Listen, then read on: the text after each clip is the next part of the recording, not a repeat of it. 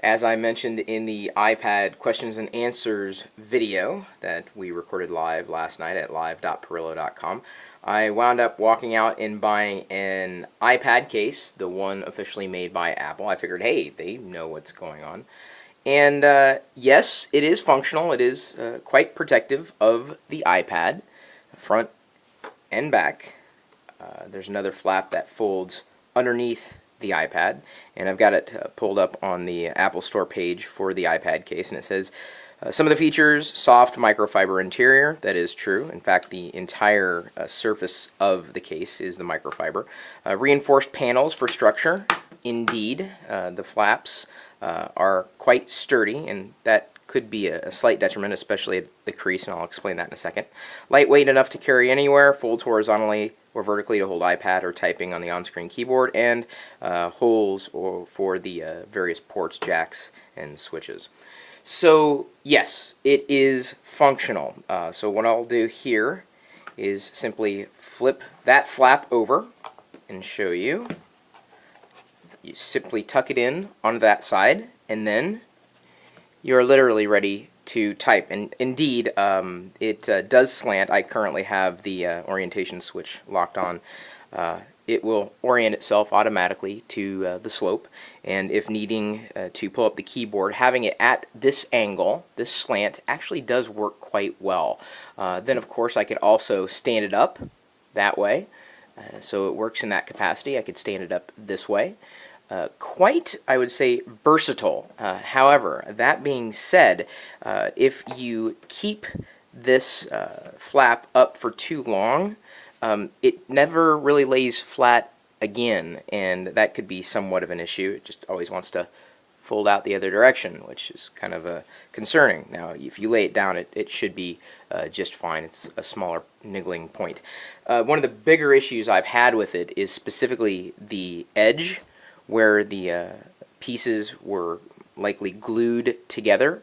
It's not sharp, but it's still a bit jarring, you know, when carrying it around. It's softer on this edge than it is on these edges. I don't think they could have found any other way around it. As I said, a flap tucks in behind the iPad to keep it in place. You could probably also slide things in there if you wanted to. The other issue I've had with this is specifically the amount of dust that collects on the iPad itself. That is, to me, annoying, because I have this beautiful piece of hardware, and when I wipe it off with a microfiber cloth or something of the like, something that's not going to scratch the surface or the screen, it leaves dust particles and hairs and everything that collects inside the perimeter where the flap meets the iPad. So is there a way around that? Potentially, and it could very well be that either a glossy skin could be inserted, not just above the iPad, but specifically on the area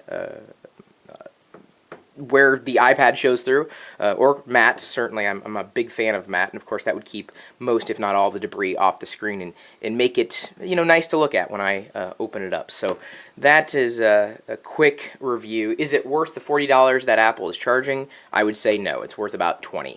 And I'm expecting to see a wide variety of iPad cases, hopefully finding a better one, something that doesn't necessarily look nicer. I mean, this looks nice. It's just some of the things I wouldn't expect with a $40 product.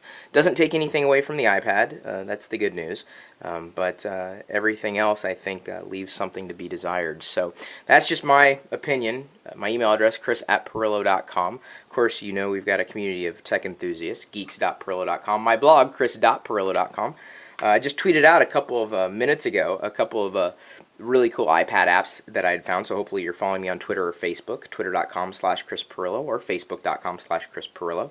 And then we also have, if this works, the live video feed that is streaming out over the web 24 hours a day, 7 days a week. And right now, I've pulled it in. This is me actually demonstrating the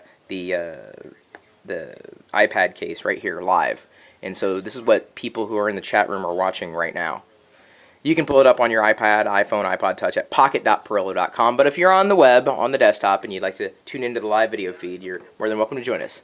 24 hours a day, 7 days a week. We are typically talking tech at live.pirillo.com. We'll see you later.